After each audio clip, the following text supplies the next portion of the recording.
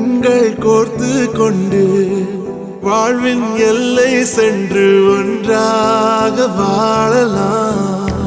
ஆயுள் காலம் யாவும் அன்பே நீயே போதும்.